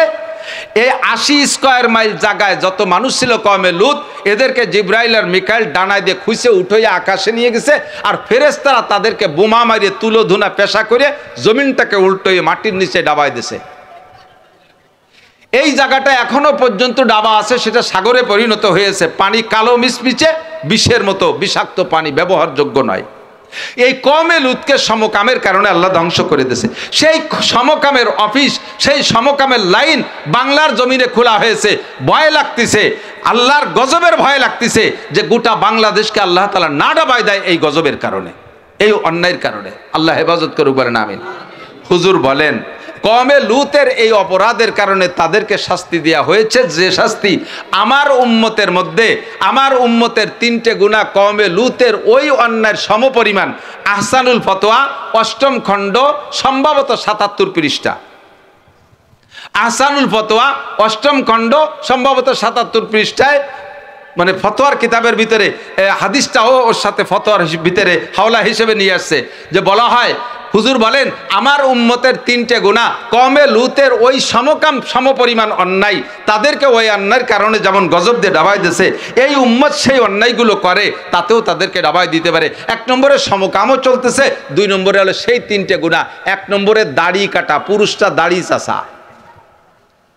কওমে লূত দাড়ি চাষত, যে অন্যায়গুলোর কারণে তাদেরকে ডাবায় দিয়েছে তার ভিতরে একটা তো সমকাম। 2 নম্বরে তারা দাড়ি কাটতো, এই দাড়ি কাটার অপরাধ সেম ওই গুনাহ সমপরিমাণ। 2 নম্বরে টাকনু শুয়ে প্যান্ট পাজামা লুঙ্গি জুব্বা পরা, টাকনু শুয়ে প্যান্ট পাজামা লুঙ্গি জুব্বা পরা, এটা কওমে লূতের ওই অন্যায় সমপরিমাণ। অথবা কওমে লূতের যে অন্যায়গুলোর কারণে আযাব দেওয়া হয়েছিল তার ভিতরে এটাও একটা। 3 নম্বরে গান বাজনা গাওয়া, গান বাজনা গাওয়া বা শোনা, এই 3টা অপরাধও কওমে লূতের ছিল। আল্লাহ তাআলা এর প্রেক্ষিতে তাদেরকে ধ্বংস করে দিয়েছে। তো আমি বলার পরে একদিন একজন বলতেছে, হুজুর আমি তো এইটা কাহারও থেকে শুনি নেই, তা আমি যে কবে কোন জায়গা দেখছি তাও আমার হাওলা মনে নাই। জোর দিয়ে বলতে যে একটু দুর্বল হয়ে গেলাম, তা আমার হাওলা মনে নেই, ওরে তো বলতে হবে। এবং উনি একজন ইসলামী মাইন্ডেরই লোক, উনি একজন ভালো লেখাপড়া ওখানে। এইটা কাহারও থেকে শুনি নেই, আপনি এই কথা কোত্থেকে বললেন? তো যেহেতু আর খুঁজে পাই না, মনেও নাই, লাস্টে চুপ করে গেলাম।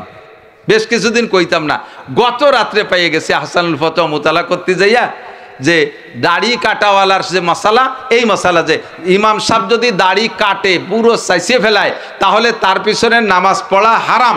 আর যদি ইমাম সাহেব দাড়ি সাইটে একটুক একটুক পিঁয়াজের দাড়ি, পিঁয়াজের ফসাজার দাড়ি হয় না, অটটুক সাইজ খাইজনে দাড়ি রাখে, বগলও যেটুক দাড়িও সেটুক, এই সাইজের ইমামের পিছনে নামাজ পড়া মাকরুহে তাহরিমি। এই বলতে যাইয়া লম্বা আলোচনা আহসানুল ফতোয়া রশিদ আহমদ লুধিয়ানি রহমতুল্লাহ আলাইহে বর্ণনা করেছেন। যে কথাটা বলতেছি, যে মাঝে মাঝে এরকম বলে ফেলাই, হাওলা কোনো না কোনো জায়গা আছে, আমার মনে থাকে না থাকার কারণে হাওলা দিতে পারি না। তারই একটা আজকে বললাম, মহিলা তেলাওয়াতের ভিতর দিয়ে, মনে আছে নাকি? মহিলা তেলাওয়াত করতেছে, তেলাওয়াতের ভিতর দিয়েই কোরআন মানে না, তেলাওয়াত করতেছে রেবার আয়াত, সুদের আয়াত, মহিলা সুদের আয়াত তেলাওয়াত করতেছে। আহাল্লাল্লাহুল বাইয়া ওয়া হাররামার রিবা, পুরুষও তেলাওয়াত করতেছে আহাল্লাল্লাহুল বাইয়া ওয়া হাররামার রিবা। আল্লাহ ব্যবসাকে হালাল করেছে, সুদকে হারাম করেছে। বলেন ব্যবসা, ব্যবসা, সুদ, জোরে, আরো জোরে। সুদের ওয়াজিব নাকি আমরা বলে ছাড়িয়ে দিছি? কার কারণে ছাড়ছি তা করতে পারি না, আগেও ছাড়ি নাই, এখনো ছাড়ি নেই, ভবিষ্যতে যতদিন মাঠে আল্লাহ রাখে আর কিছু বলি না বলি, বেপর্দার সুদের বিপক্ষে বলিই যাব, আর নামাজের পক্ষে বলে যাব। কথা বলুন ঠিক কি ঠিক না? রাজনীতির মাঠ পালি সেদিন করব, কিন্তু এই নীতিটা এই জায়গায় আমি করব।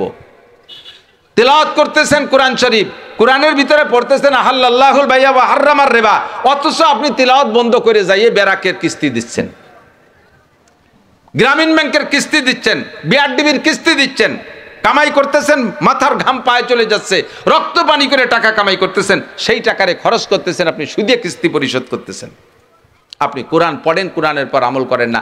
এখন আপনার মারাত্মক রোগ হয়েছে ক্যান্সার, আপনি কোরআন শরীফ এক খতম পড়ে মোনাজাত করছে, আল্লাহ কয় shut up, no talk but উস্কুত, তুই কথাই কবি না, সূরা বেকায়দায় পড়ি এখন মোনাজাত করতে এসো, তুই কোরআন শরীফ পড়লি একটু আগে, ওর মধ্যে সুদ হারাম, তাই তুই সেই বেরাকের কিস্তি দিলি কে, ও জায়গাতে লোন আনলি কে? কাজেই তোর দোয়া কবুল হবে না, তোর দোয়া কবুল হবে না। আল্লাহু আকবার।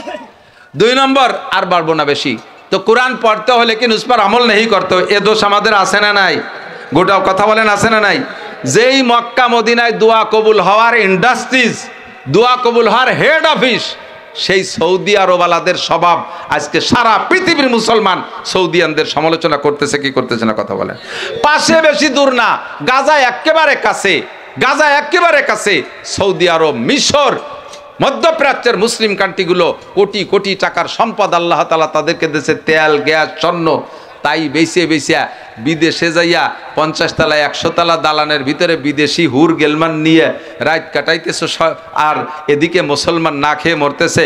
সৌদি আরবে দৈনন্দিন এক ওক্তের খানার ভিতরে যে পরিমাণ খানা অপচয় করে নষ্ট করে, অপচয় করে, এই অপচয় করা খাবারগুলো যদি গাজায় দিত, একদিনের খানায় গাজার মুসলমানরা 1 মাস খাইয়ে বাঁচতে পারত।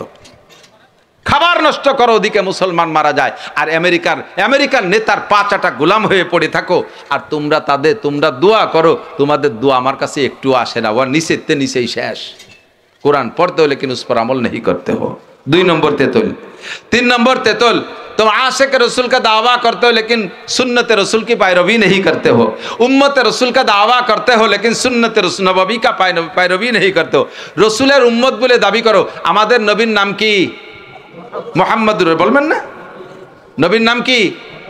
মুহাম্মাদুর রাসূলুল্লাহ। আমরা মুহাম্মাদুর রাসূলুল্লাহর কি বলেন? মুহাম্মাদুর রাসূলুল্লাহর কি সত্যি এই দাবি করেন, অথচ মাথা থেকে পাত্তালু পর্যন্ত সুন্নত নাই। তো কোজা ওয়া সুন্নতে আহমদ কোজা बा मोहम्मद का बुअद निस्बत तुरा, कल्ब में सोज नहीं, रूह में एहसास नहीं, कुछ भी पैगाम मोहम्मद का तुझे पास नहीं। চুলের সুন্নত নাই। আমার যুবকদের চুল দেখলে বোঝা যায় না এটা বাঙালি যুবক নাকি উত্তর কোরিয়ার প্রেসিডেন্ট, কিং জং হ্যাঁ, কিং জং মার্কা মাথারে কুত্তো চুলা দেছে। আল্লাহ রসুলের মাথার সাথে মিলছে তোমার মাথা? দাড়ি রাখছো ইউক্রেনের প্রেসিডেন্টের মতো, খাইজনি কয়টা। জেলেনস্কির কিন্তু দাড়ি আছে, দেখছেন, ও কিন্তু পুরো ক্লিন শেভ হয় না কোনো সময়, একটু মুসলমানের দাড়ি। আস্তাগফিরুল্লাহ। আল্লাহ তোমার মোস কার মতো? সাধুর মতো।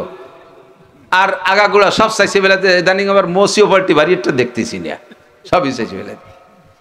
কোন দিক দিয়ে মিলাইছ? পোশাকে তোমার মিল নাই, চুলে মিল নাই, কোনো জায়গায় সুন্নতে মিল নাই, উম্মতের দাবি করো, সুন্নতের মিল নাই। ক্যান্সারে পড়ে গেলে মুনাজাত করবা, নবী পাক সাল্লাল্লাহু আলাইহি সাল্লামের দুরুদের তুফাইল ছাড়া তোমার দোয়া কবুল হবে না। আর তোমার ভিতরে সুন্নত না থাকার কারণে নবী তোমার সম্পর্কে সুপারিশও করবে না, কাজেই তোমার দোয়া কবুল হয় না। বলতে গেলে লম্বা হবে।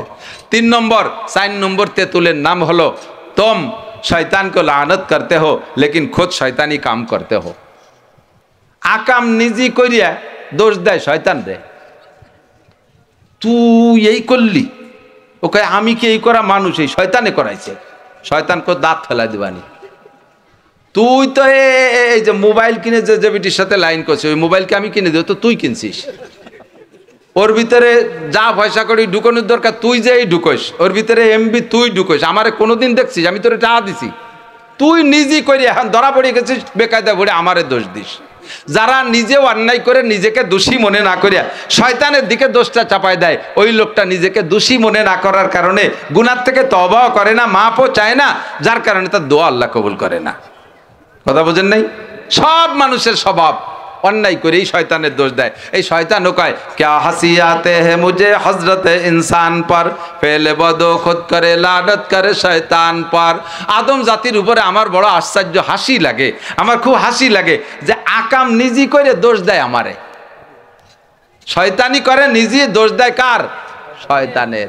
এই জন্য তোমার দোয়া কবুল হয় না। 4 নম্বর তেতুল হুজুর আসছে। 5 নম্বর তেতুল হলো, 5 নম্বর তেতুল যে কারণে দোয়া কবুল হয় না। এত দোয়া করি মার যায়, উড়িয়ে যায়, ফুড়িয়ে যায়, কি হয় বুঝতে পারি না। এর কারণ হলো 5 নম্বর, तुम अपने आइब की तरफ नजर नहीं करते हो और दूसरे के आइब ढूंढते हो।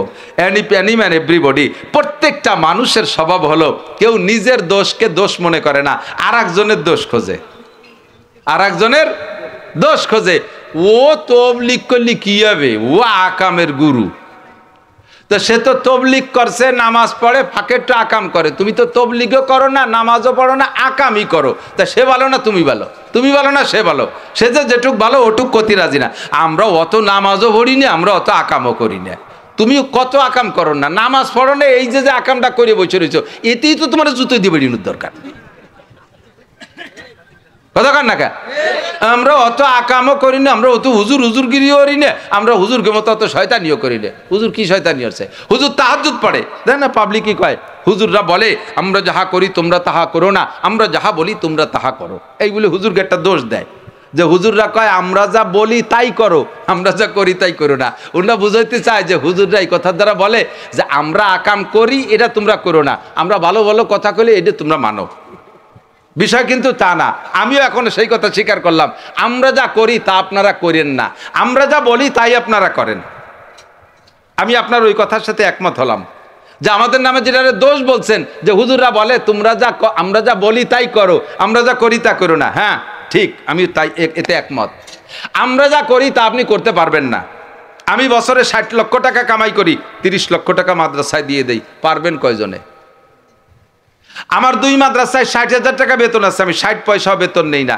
এ জগতে কোন কর্মচারী আছে যে চাকরি করে বেতন না নিয়ে পারবেন? কে পারবেন? আমি রাত 2টা 3টে পর্যন্ত কিতাব পড়ি, একভাবে বসে একে বৈঠাকে 2টে 3টে পর্যন্ত কিতাব পড়ি। মাত্র 1.5-2 ঘন্টা ঘুমানোর পরে আবার ফজরের নামাজ পড়ে অল্প কিছুক্ষণ আরাম করার পরে আবার যাই ক্লাস করি, 3-4টে ক্লাস করি। এরপরে রাতকে রাত, দিনকে দিন দৌড়াই বেড়াই, এরপরে মাহফিল করি, বয়ান করি। আমি বুখারি পড়াই, তিরমিজি পড়াই, মুসলিম পড়াই। আপনারে যদি এইগুলো করতে কই তা আপনি পারবেন? কাজে আপনারে কই যে আমি যা করি আপনি করেন না। আমি আপনারে কইলাম নামাজ পড়েন, রোজা রাখেন, হজ করেন, জাকাত দেন, পর্দা করেন, হালাল খান, দাড়ি রাখেন, টুপি পরেন, পাগড়ি পরেন, জুব্বো পরেন, ঢিলা কুলুক, দস্তার খান, মেশক, এই মোটা মোটা কয়টা কথা কয়ে দিলাম, এই আমল করেন। অত আমরা যা করি তা করেন না, পারবেন না। এত কিছুর ভিতর দিয়া প্রত্যেক বছর ছেলে মেয়ে সব সহ আল্লাহর রহমতে সবগুলো লেখাপড়ার ভিতরে আছে। এর ফাঁকে চেষ্টা করি প্রত্যেক বছর 3-4 লাখ টাকা খরচ করে এটা হজ উমরা করার জন্য। আপনি তো কত 20 বিঘে জমির মালিক, আজও আপনি উমরা করতে সুযোগ পারলেন না। আপনার কলজাই কুলোই না, 1.5 লাখ কুই আক্কা বাক্কা খেয়ে চোখ সিটি বার হয়ে যাওয়ার কায়দা। তা আমি তো প্রত্যেক বছর 5 লাখ টাকা খরচ করে উমরা করতে পারি, আপনি তা পারবেন না। এই জন্য আপনি করেন না। আপনি কোনো মতে শুক্রবার এটা আগে আগে যে মসজিদে নামাজ পড়েন, এইটুক করেন। আপনার আমি সহজ বুদ্ধি দিয়ে দেই। মুশকিল হলো এ দেশের মৌলবীরা ভালো না, হুজুর ভালো না, এ ভালো না, সে ভালো না, উনি 7 দোয়াতে তলিরাটি আগে সোসে না, মুইতে বানি নয় না, সুদে কারবার, ঘুষে কারবার, জুলুম, অত্যাচার, জাল দলিল, মিথ্যে সাক্ষী, মিথ্যে মামলা, ব্যবসা করার জায়গা পায় না, উড়াকান্দি ঠাউর বাড়ি যে ব্যবসার আড্ডা বানায়। এই সবগুলো আপনি করেন, আবার দোষ আর একজনকে আপনি দোষী বলে তারে গালি দেন। এইটা হলো দোয়া কবুল না হওয়ার কারণ। আপনি আইব কি তরফ নজর নেই করতে হো। আমার উস্তাদ মৌলানা আকেল আলী সাহেব হুজুর রহমতুল্লাহ আলাইহি এই কথার ফাঁকে ছোট ছোট চুটকি বলতেন। আমার চাচাজান মৌলানা আব্দুল ওয়াহাব সাহেব বলতেন, এটা সেম কেমন একজন মানুষ, মাঝে মাঝে বলি বয়ানের ভিতরে সবই আছে, একজন মানুষ পুরো ল্যাংটা, খেয়াল করেন, একজন মানুষ পুরো ল্যাংটা, আগাগুড়ায় কাপড়ও নাই, মাজায় সুতোটাও নাই, সারা শরীরের লোমজোম চাইছিয়ে চুলিয়ে একেবারে শস্যর তেল মায় খরার মধ্যে দাঁড়ায় রয়েছে।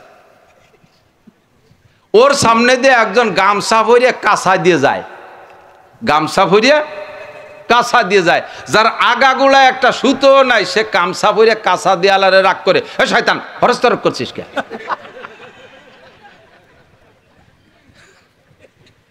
কোন দিনে কি করতি, তুই কি তরক করছিস? ওর আগুলা কেড়ে কোনো জায়গাটা সুতো নাই, সে গামছা পরে কাঁচা দিয়ে আলারে কয় ফরজ তরক করছিস কে? আছে না নাই? কতক্ষণ আছে না? এই স্বভাবের মানুষ আছে না? শেখ সাদি রহমতুল্লাহ আলাইহি বলেন, হামা কাসরা আকলে খুতবা কামাল নুমায়াদ অফরজন্দে খুতবা জামাল। প্রত্যেকটা মানুষের স্বভাব হলো নিজের জ্ঞানকে পরিপূর্ণ মনে হয়, নিজের স্বভাবকে ভালো মনে হয়, নিজের কালচারকে ভালো মনে হয়, আর একজনের ভালো লাগে না। প্রত্যেকটা মানুষের স্বভাব আর নিজের সন্তানকে বেশি ভালো দেখায়, আর একজনের ভালো দেখা যায় না। নিজের জ্ঞানকে পরিপূর্ণ মনে হয়, নিজের আমল আখলাককে ভালো মনে হয়, আর একজনেরটাকে সমালোচনা করে। এই দোষ যতক্ষণ থাকবে, এখানে পাঁচ নম্বর তেতল। এটা দোয়া কবুল না হওয়ার জন্য হোমিওপ্যাথের কয় নম্বর তেতল? 5 নম্বর তেতল। এই 5 নম্বর তেতল খাইয়ে বসে রয়েছে 99%। কতক্ষণ? ছেলেরা পর্যন্ত আব্বার সমালোচনা, আব্বা এখন আবাল হয়ে গেছে, আব্বার বুদ্ধি নাই। এরম জ্ঞানী ছেলেরা আছে না নাই সমাজে? কতক্ষণ? আব্বার বুদ্ধি নাই, ও বড় বুদ্ধিমানের বেটা বুদ্ধি হয়। তোর বাপের বুদ্ধি না থাকলে তোর বাপ যদি আবাল হয়, আবালের বেটা তো আবালই হয়। তো তুই তো তার চাই আবাল, তোরে এখনো আবাল বানায় পারিনি, তুই আইডিয়ে রয়েছি দামলা। এই কথা ছাড়া উভয় আছে। এগুলো কুলাঙ্গার সন্তান। মুরব্বীদের সমালোচনা, চেয়ারম্যানের কোনো বুদ্ধি নাই, একটা আস্ত আবাল। তো তার বুদ্ধি নাই বলে সে পরপর 3 বার চেয়ারম্যান। তুই কি? আমি তো মাছ বেশি। উনি যাইলিয়ে তো তার বুদ্ধি নাই, তারে বিটারা এমপি বানায়, চেয়ারম্যান বানায়, মেম্বার বানায়। জজের কোনো বুদ্ধি নাই, তাই তারা জজ বানালো কে? তুই আসামি হলি কে? এত বুদ্ধিমানের বিটা বুদ্ধিমান। এই যে পরনিন্দা করা, পরের দোষ ধরা, সবচাইতে বেশি এই স্বভাবটা নারীদের ভিতরে। নারীদের ভিতরে এই স্বভাবটা খুব বেশি। প্রতিহিংসা খুব কঠিন, প্রতিহিংসায় জ্বলতে তালে থাকে নারীরা।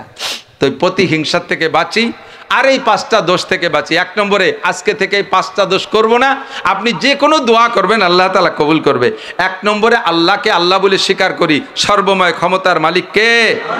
তার যত হক আছে আমি যেটা বুঝি সেটা আমল করব, যেটা না জানি না বুঝি এটা ওলামায়ে হক্কানির কাছ থেকে শুনে আমল করব। রাজি আছেন ইনশাআল্লাহ?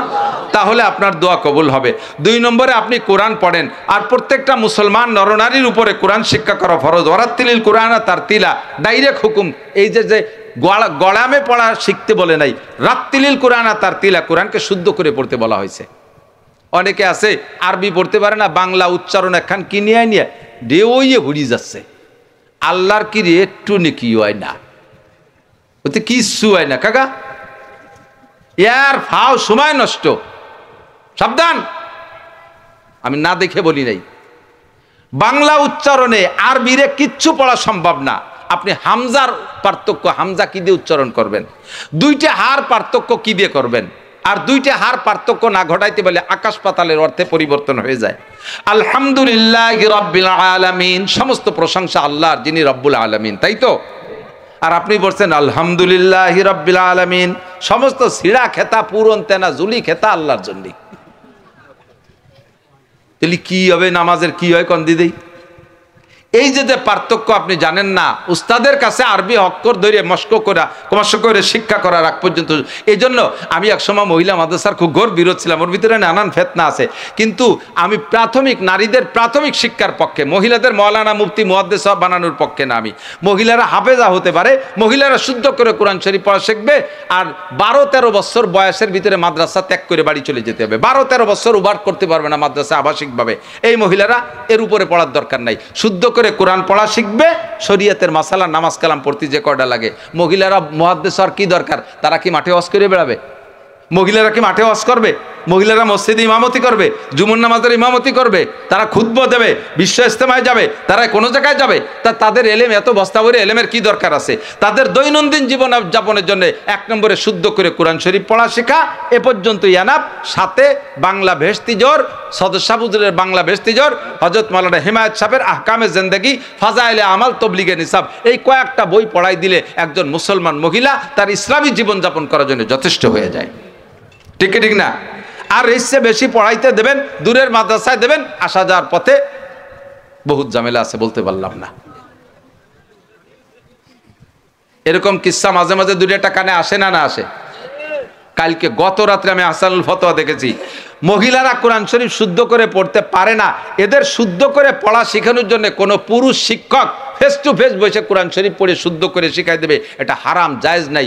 ওই মহিলারা শিখবে মহিলাদের কাছ থেকে, ওই যে মহিলার কাছ থেকে শিখবে সে মহিলা কার কাছ থেকে শিখবে? সে মহিলা হয়তো বা একজন আলেমের স্ত্রী হবে। এখন যথেষ্ট হয়ে গেছেন আল্লাহর রহমতে।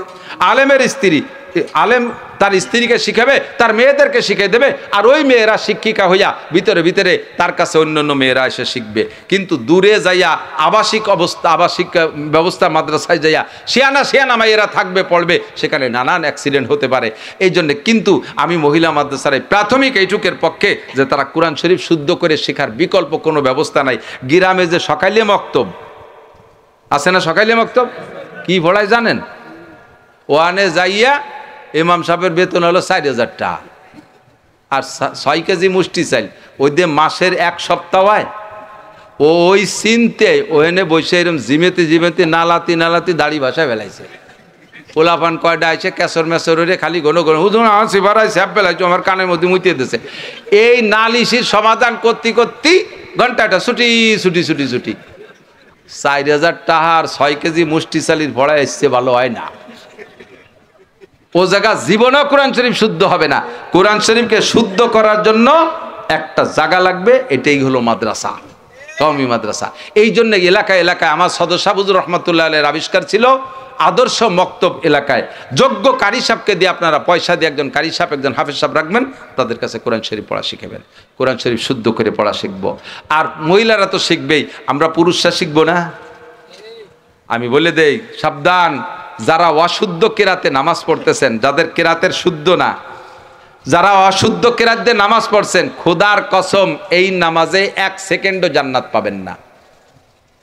চ্যালেঞ্জ করে বলে গেলাম, দেখা হবে হাসরের মাঠে। ইংরেজি শুদ্ধ করে পড়া শিখতে গেলে ছেলে মেয়েরা ভালো ইংলিশ বলতে পারার জন্য তাদেরকে ইংলিশ মিডিয়ামে পড়াও। হাজার লক্ষ টাকা খরচ করে তুমি ইংরেজদের স্কুলে পড়াচ্ছ। তুমি মুসলমান, জান্নাতে যেতে হবে, তোমার সন্তানকে জান্নাতে যেতে হবে। এর জন্য কি তুমি বাচ্চাটাকে কোনো সহি মাদ্রাসায় কি একবারও দিয়েছ? তার জীবনের শুরুতে কোরআন শরীফটা পড়া শিখিয়ে দাও, পরে IABM BCS পাস করুক। মওলানা হওয়া লাগবে না, সবার মওলানা মুফতি ও মুহাদ্দিস হওয়া লাগবে না, তবে সবার কোরআন শরীফ শুদ্ধ করে পড়া শিখতে হবে। এই জন্য আমরা একটু সময় বের করি, মাদ্রাসা আসি, ইমাম সাহেবের সাথে যোগাযোগ করে কোরআন শরীফ পড়া শিখি। আল্লাহ আমাদের তৌফিক দান করে। তো কোরআন পড়বো শুদ্ধ করে, কোরআনের পর আমল করব। রাজি আছি তো? তাহলে দোয়া কবুল হবে। নবীকে নবী হিসেবে স্বীকার করি, যেমন নবীর সুন্নতের পর আমল করব। আজকে সবগুলো না পারলেও কমপক্ষে কিছু একটু করে আমরা আগাতে থাকি, একটু করে আগাতে থাকি। একটা সুন্নতের পর আমলের কথা বলবো একটা সুন্নত। আমরা যখনই অজু বানাবো, নামাজের অজু বানাবো, তখন আমরা পকেটে একটা মেশক রাখি, এই মেশক দিয়ে আমরা মেশক করে নেব। মেশক দিয়ে আমার মেশক কোন অজু বানাতে যে জায়গা ফেলাই তুইছি রে, পকেটে আমার মেশক থাকে সবসময়। একটা মেশক রাখবো, মেশক দিয়ে মুখে এপাশের থেকে এপাশে 3 বার ডলা দেবেন। এই অজু দিয়ে নামাজ পড়বেন, 1 ওয়াক্তের বিনিময়ে 70 ওয়াক্ত নামাজের নেকি পাবেন। পুরুষরা কিছু আমল করলেও মহিলারা মেশক চেনেই না, কারণ তারা গাছে উঠতে পারে না, কাটতেও পারে না, পারতেও পারে না। আমরা যারা মহিলাদেরকে বাড়ি মেশক তৈরি করে দেব, ওই মহিলা আমল করে যে পরিমাণ নেকি পাবে, আপনি বানায় দেওয়ার বিনিময়ে সেই পরিমাণ নেকি বেশি পেয়ে যাবেন। তাহলে আমরা মেয়েদেরকে মেশক বানায় দিতে পারবো না? একখান গাছের ডালও কেটে মেশক বানাবে না, অথচ 150 টাকায় দিয়ে বিরাস কিনে দিতে পারবে, কিন্তু এখন ডাল কেটে দিতে পারবে না। মনে রাখবেন, যদি কোনো বিরাসের দাম হয় 1 কোটি টাকা, যদি কোনো বিরাসের দাম হয় 1 কোটি টাকা, আর পেস্টের দাম হয় 50 লাখ টাকা, তাই দিয়ে মাজলে বিরাস করলে আপনাকে একটা নেকিও দেওয়া হবে না। অথচ আশাল গাছের একখান ডাল ভেঙে একটা ঘষা দিলি আপনাকে 100 শহীদের সওয়াব দান করা হবে। আমল করা যাবে না? আজকে থেকে একটু প্রস্তুতি নেই, বিরাস করেন অন্য সময় করেন, তবে একটু মেশক তৈরি করেন। 2 নম্বরে খানা টেবিলই খাবো না, একটু দস্তারখান বিছে খানা খাবো। আজকে একটা খানা খাওয়ার সময় একজন বলতেছিলেন যে অমুক একজন শিল্পপতি, কোটি টাকার মালিক, অথচ তার বাড়ি ডাইনিং টেবিল নেই। দস্তারখান বসে সবাই মেয়ে পুরুষ সকলে উচ্চ শিক্ষিত, ইঞ্জিনিয়ার, ডাক্তার, ওই বাড়ি সবাই, এবং শিল্পপতি তো নিজেই, ওই বাড়ি টেবিল নেই, ওরা দস্তারখানে বসে খানা খায়। তাদের কি খানা হজম হয় না? টেবিলি খাইলে খাওয়া হবে, সুন্নত হবে না। আর দস্তারখানে বসে খাইলে খাওয়া হবে, সুন্নত হবে, 100 শহীদের সওয়াব পেয়ে যাবেন। আমল করা যাবে 2টা সুন্নাত। 3 নম্বরে পেশাবে ঢিলাকুলুক ব্যবহার করব, রাজি আছেন?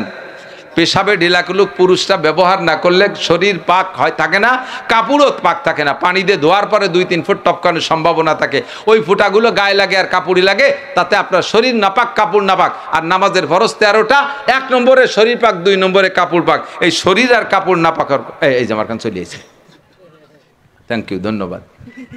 আমার ছাত্র এই জন্য খুঁজে খুঁজে নিয়ে এসে তো মাশাআল্লাহ কিটা যেন পড়াইছে বাপ, দুই দিদি মাটিতে বসে।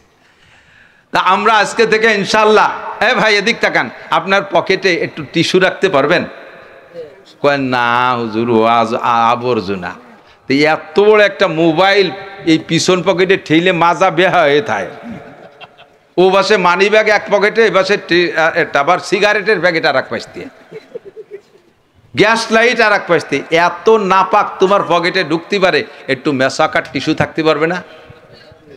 পেশাব করে পানি ব্যবহার করেন আর না করেন, পুরুষটা টিস্যু ব্যবহার করতে হবে, ডিলা ব্যবহার করা লাগবে। আর পানি ব্যবহার করতে বলে আরো উত্তম। আল্লাহ পাক তৌফিক দান করে, বলেন আমিন। রাজি আছেন তো? এখন থেকে দাড়ির একটা প্রোগ্রাম করে ফেলি, 4টে সুন্নতের পর। বেশি করলে মনে থাকবে না, রাত ভর অস্কল্লি খালি খুলে শোনা শুনি সার, এর হাতে গোনা। হুজুরে নিয়ে আসেন, দোয়া করে দেবে। 4টি সুন্নত বলছি, কয়টা কি কি বলেন তো? 1 নম্বরে মেসক, 1 নম্বরে মেসক, 2 নম্বরে দস্তারখান, 2 নম্বরে খানায়। খান সাহেবের কথা মনে থাকবে তো? দস্তারখান তবলিগি যাইয়ে একেবারে বুড়ে আমল, যা খায় দস্তারখান, বিড়ি খাতি গলি দস্তারখান বিছে নেই তবলিগি যাই। আমি দেখছি, আরে বানাই কই না সব কথা, তুইও কই না, আমি সচক্ষে দেখছি। আমি একজন মাত্র নিয়ে গেছি, এই পাশে আসছিলাম, গোপীনাথপুর আসছিলাম, উত্তরপাড়া।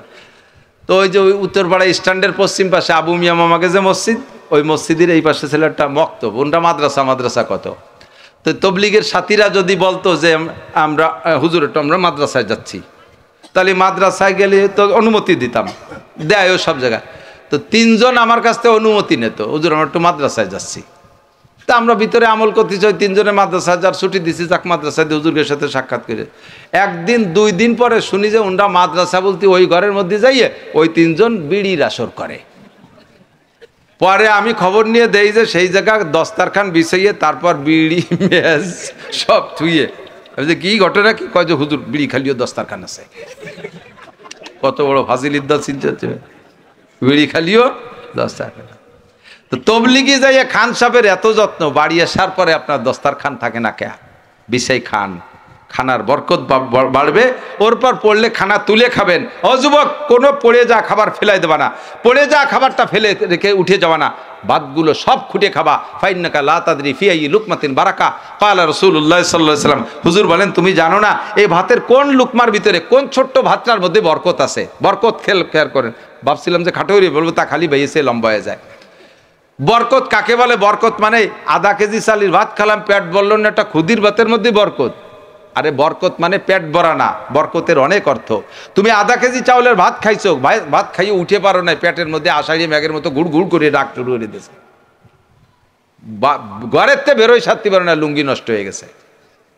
কিন্তু ওই প্লেটের কোনায় ছোট্ট একটা ক্ষুদির ভাত রয়েছে, ওই ভাতটা যদি উঠে খাইতে, এই আধা কেজি ভাতের ভিতরে তোমার পেটের বদহজমির একটা জান ঢুকে গেছে, জীবাণু ঢুকে গেছে, তাই বদহজমি হয়ে গেছে। আর ওই ক্ষুদির ভাতটার ভিতরে আল্লাহ তাআলা ঔষধ রেখে দিয়েছে, সেইটারে অবহেলা করে খাও নাই। ওইটা যদি তুলে খাইতে, তাহলে তোমার এই আধা কেজি ভাত তোমার পেটের ভিতরে হজম হয়ে যাইতো, তোমার পেটের ভিতরে এই দুরবস্থা হইতো না, তোমার এই বাথরুমে যাওয়া লাগতো না। এর নাম বরকত। এর নাম কি? বরকত। কথা বলেন। ফাইন্নাকা লা তাদরি ফি আইয়ি লুকমা, আদাবিদে খাইয়া ফেলাইতে চলে যায়, বরকত নষ্ট হয়ে যায়, ধীরে ধীরে সম্পদ নষ্ট হয়ে যায়। আল্লাহ তাআলা আমাদেরকে তৌফিক দান করুক, বলেন আমিন। দস্তারখান। 3 নম্বরে কি বলছি? টিস্যু। আমল করা যাবে? যুবকরা একটু বলেন তো, কে কে আজকে থেকে পকেটে টিস্যু রাখতে পারবেন? একটু মোড়া একটু টিস্যু রাখবেন, মাশাল্লাহ।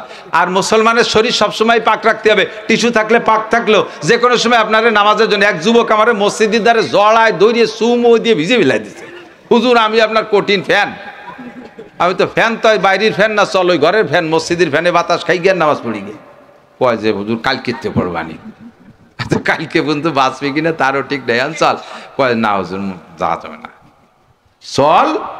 কয় যে না হুজুর প্যান্ট পাক নাই, এই প্যান্ট পরছি হলো 7 দিন দুই নিয়ে, আর তো টিস্যু মিশু ব্যবহার করিনি, সামনে সুসো মরা গন্ধ হয়ে গেছে।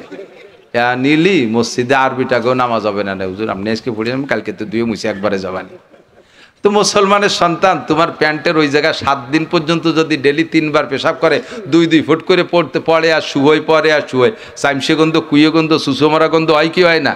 তো ওই অবস্থায় তুমি মসজিদে যাবা কি রে? এই থাকবে কেন? তুমি এনি টাইম যে কোনো সময় ডাক দিলি মসজিদে যাওয়ার মতো ক্ষমতা থাকতে হবে, সাহস থাকতে হবে। এর জন্য শরীরটা পাক রাখা দরকার আছে না নাই? আর এটা পাক রাখতে হলে একটু টিস্যু, এটা সহজ ব্যবস্থা হয়ে গেছে, টিস্যু রাখা যাবে তো ইনশাআল্লাহ। 3টা সুন্নাত। 4 নম্বর সুন্নাত, একটু পাক্কা প্রতিজ্ঞা করে ফেলে, দাড়ি বলে ফেলাই। দাড়ি রাখলে, দাড়ি রাখতে কষ্ট না কাটতে কষ্ট? দাড়ি রাখতে কষ্ট না কাটতে কষ্ট? রাখছি তো যে রাহা হয়ে গেছে, এর মধ্যে কষ্টের কি আছে? এ তো ওজনও না, কোনো ঝামেলা নাই, ঠিক না? কথা কয় কেডা? কাটতেই কষ্ট, ঠিক না? যত ধারালু ব্লেড দিয়ে, ধারালু খুর দিয়ে, ধারালু রেজার দিয়ে আপনি দাড়ি শেভ করেন না কেন, ব্যথা করবেই, ব্যথা একটু। আর যদি সেলুনি কাটেন, আর আপনি যদি শেষরা পার্টি হন, সেলুনি টাকা ভালো করে দেওয়ার অভ্যাস না, তাহলে সেলুনের নাপিত নতুন ব্লেড দিয়ে আপনার শেভ করবে না।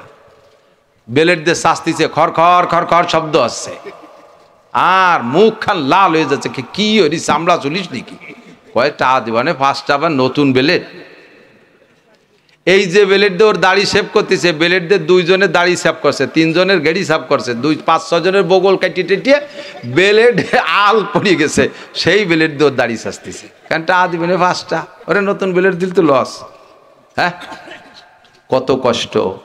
সাথে কাটার সাথে সাথে তোমার আমল নামায় কি পরিমাণ নেকি? মুখে যতগুলো দাড়ি ছিল, প্রত্যেক এক একটা দাড়িতে এক একটা কবিরা গুনাহ। 1000 দাড়ি হলে একবার দাড়ি কাটলে 1000 কবিরা গুনাহ লেখা হয়ে গেছে। বিড়ি যখন খাইছেন তখন গুনাহ, বিড়ির শেষ টাইম দিয়ে সুখ টাইম দিয়ে ছাড়িয়ে দেবেন, গুনাহ লেখা শেষ। জিনা যখন করছেন তখন গুনাহ, জিনার থেকে বিরত হয়ে গেছেন, আর গুনাহ লেখা শেষ। কিন্তু দাড়ি কাটার গুনাহটা ঘুমন্ত অবস্থায় লেখা হতে থাকে, নামাজ পড়তেছেন তার মধ্যে লেখা হতে থাকে, কাবাঘর তওয়াফ করতেছেন তার মধ্যে লেখা হতে থাকে, কোরআন তিলাওয়াত করতেছেন তার ভিতরে গুনাহ লেখা হইতে তালে থাকে, ঘুমিয়ে আছেন তার মধ্যে গুনাহ লেখা হইতে থাকে, ভাত খাচ্ছেন তার মধ্যে দাড়ি কাটার গুনাহ লেখা হইতে থাকে। তামুতুনা কামা তাহইয়াউন ওয়া তুহশারুনা কামা তামুতুন। নবী পাক বলেন, তোমার জীবন যাপন যেমন হবে, মরণ তোমার তেমন হবে।